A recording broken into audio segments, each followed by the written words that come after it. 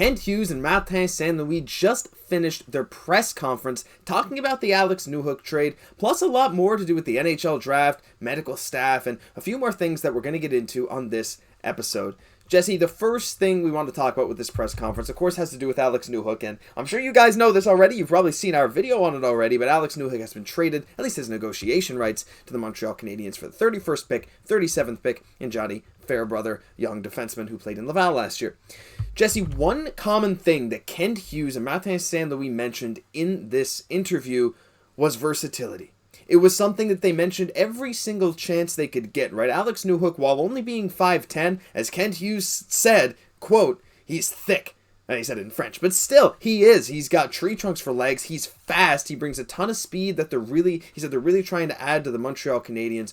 When it comes to someone like Alex Newhook, this versatility that you don't necessarily find in every player, how do you think that fits in the Montreal Canadiens' grand scheme? And how do you think Kent Hughes did with this trade, first of all? I think he fits the style of play that we wanted to play perfectly. Like, Marty St. Louis seems to be very, very big on Alex Newhook. You know, he seems that, you know, it's nice that we're kind of getting players when injuries come up that can play the wing, that can play the center as well. But just that style of, you know, and that pace of play that really suits us so well, I think is what is such a great fit. And the reason I'm so excited for this trade is just we saw him at the World Juniors, you know, playing for Team Canada. Like, he was one of those players that just really stood out the most, you know, on that entire team, really one of the young leaders of that team. And he still has so much potential. So I'm really so happy about this move. Yeah, and I think they are too, right? And, you know, they were asked, hey, is this done in similar faith to the Dach deal where you give up some kind of assets and you get a guy who can fit the team now? And was also said, like, hey, you gave up picks that are going to be 18-year-olds. Does this signify a movement that you're going for people that are more ready to win now? And Hughes was like, yes and no. I mean, like, look, Alex Newhook's only 22 years old, and yes, it's similar to the Dach deal. But again, like, you're getting a guy that's already a bona fide NHLer that's going to be in the NHL for many, many years to come. And it's not so much about signifying a shift in age. It's more signifying a player that can move the team immediately. And the thing is, too, Jesse, when you look at this, Alex Newhook fits the team timeline perfectly. While if you go draft an 18-year-old, yeah, they could turn into anything. They could turn into Alex Newhook. It's not always a guarantee that it'll fit everything. So what are your thoughts on the timeline and sort of the Kent Hughes philosophy around trading for someone in this age bracket? I really like it. I think we have this young core. We're all going to be they're all going to be growing up kind of at that same time. And again, it goes with like the long-term vision that we want to make a trade. We're open to any trade. And that's one of the biggest takeaways from this whole press conference coming up time and time again. It's like, that Kent Hughes is willing to do any trade in front of him as long as it benefits the team, but without sacrificing the future. And Martin St. Louis, he played it so well. He said, you know, just as I say all the time that you have to play the game. Well, Kent Hughes was playing the game in front of him, and that's not always set, right? It's a fluid situation. Obviously, this marks that, you know, we went a different direction from PLD, but I think that this isn't just like some sort of consolation prize. I think that this is kind of my preferred direction just for the implications of the overall team structure, how he maybe fits that young core a little bit better. So I think that, again, this is something that is going to benefit us in the long term, right? And really move that needle slowly towards that contention window. Yeah, and you mentioned, right, Martin St. Louis seems to be huge on Alex Newhook. Of course, Kent Hughes was his agent, right? So there's lots of connections on the Habs to Alex Newhook. Not only is his hometown geographically the closest to the Montreal Canadiens, there's a lot going on with this. But one thing that I really took out of this was when they asked about, you know, his playing time. Like, how does a different situation maybe affect a player? Like, we saw it with Kirby Dach, and Kent Hughes said, well, it's not, like, a good player doesn't forget how to be a good player. It all depends on the context. He said, look at Cole Caufield. And you know what? Yeah, that's a pretty darn good example. Not only Cole Caufield, but also Kirby Dach. And pairing that with Martin St. Louis saying, yeah, he was playing 12, 13 minutes a game in Colorado. We want him to play more than that. We envision him in a bigger role. And if you go to Cap Friendly right now, they have him listed as the third line left wing. But Jesse, you got to think, someone like Christian Dvorak is probably going to get moved before this offseason's over. Maybe we give Newhook more of a look at center. He's not ideal on the faceoff dot, but still decent. We can see that. Look, time on ice, 13:57 last year. Expect that to be up near that Dvorak number, 16, 17 minutes. Do you envision him as a winger for now, especially with Dvorak here? Do you think he gets moved, and do you think Newhook ends up being that kind of full-time center playing 16, 17 minutes a game?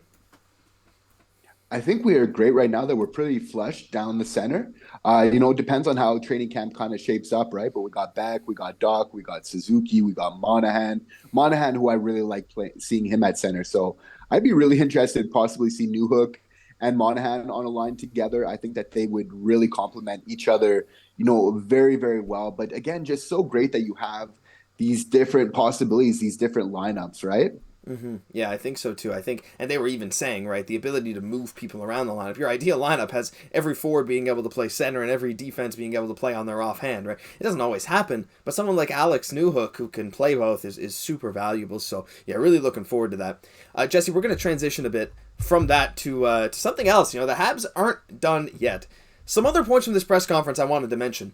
You said Kent Hughes is willing to make any trade that comes to him, and that's very true, and we noticed that in this press conference. I mean, even David Pagnotta said the Canadiens are working on more deals from what I've been hearing, the possibility of moving down from 5th, but they also asked Kent Hughes about moving down or even maybe moving up, and he said, well, we technically have the 5th pick, so technically it's available, and then he mentioned multiple times, like, yeah, if we move up, we're guaranteed a really good player.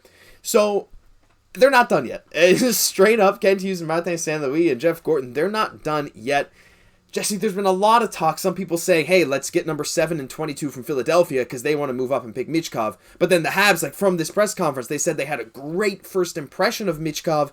And then now we're saying maybe we'll move up to number 2 to draft someone like Fantilli. So let's just right now get a draft day prediction. Where do you think Montreal ends up picking? And do you think they're going to move up or down?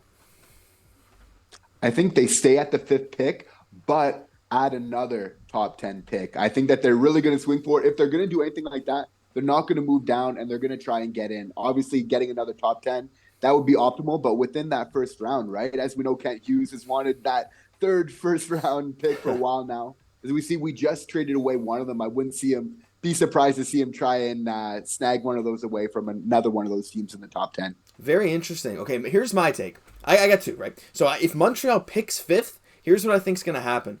I think Philadelphia is going to try and trade up, but I don't think it's going to be with Montreal. I think it might end up going somewhere in the top 4, and Leo Carlsson's going to fall to Montreal at number 5. Bold prediction.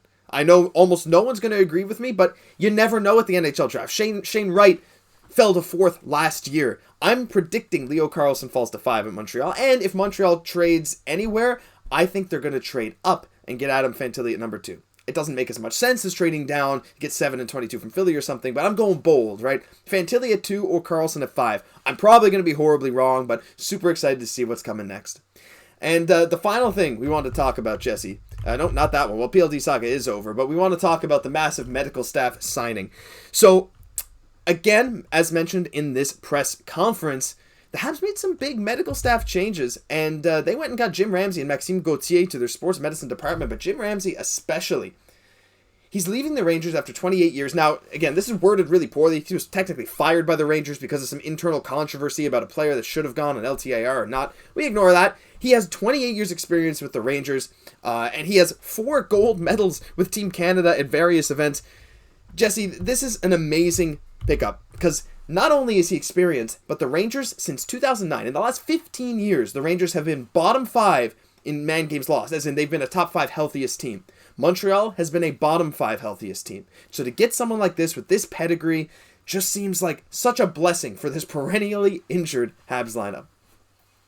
You're so right, Josh. This is actually huge for this team, right? You can have all the talent in the world, but like your athletic therapists, your directors, all your medical staff, they play such a huge part of all of this. It's really huge, right? As we know, it's a faster game. Injuries are happening left, right, and center. And you really need a staff that's able to just take care of those situations that come up in the best way possible. So this is honestly, we were talking about it from, the end of last season. This is something that need to be addressed. And obviously we just removed some of our medical staff recently, but now just getting a player of this, a trainer of this pedigree is just amazing. And having that connection to Marty St. Louis is huge as well again. And even with Jeff Gorton of just keeping that chemistry that we see inside the team, obviously Martin St. Louis is very big on him. Obviously, we like to keep a really positive, close-knit sort of environment. So this is all just going to lead into that as well. Yeah, for sure. Marty played in New York while Jim Ramsey was there, and he said, yeah, like Ramsey's the kind of guy, like quote from Marty, says he does more than just make sure you're healthy. He's going to take that extra step, right? And he said the attitude will fit in perfectly in the Habs locker room. The players will love him. Staff will love him. I think it's just such an amazing hire, and I can't wait to see just how many fewer injuries the Habs have next season. But that'll do it for this second news edition of Habs Digest today. If you enjoyed, leave a like, comment, subscribe, and a reminder, if you're still here, that we're live streaming the draft tomorrow night, guys. 6:45 Eastern Time. Join us here 15 minutes before the draft officially starts. We're going to talk all things Habs, all things trades, all things Alex Newhook, all things 5th overall pick, and maybe even higher or lower. We'll see you there. I'm Josh Gosse for my co-host Jesse Poirier. We'll catch you in the next one.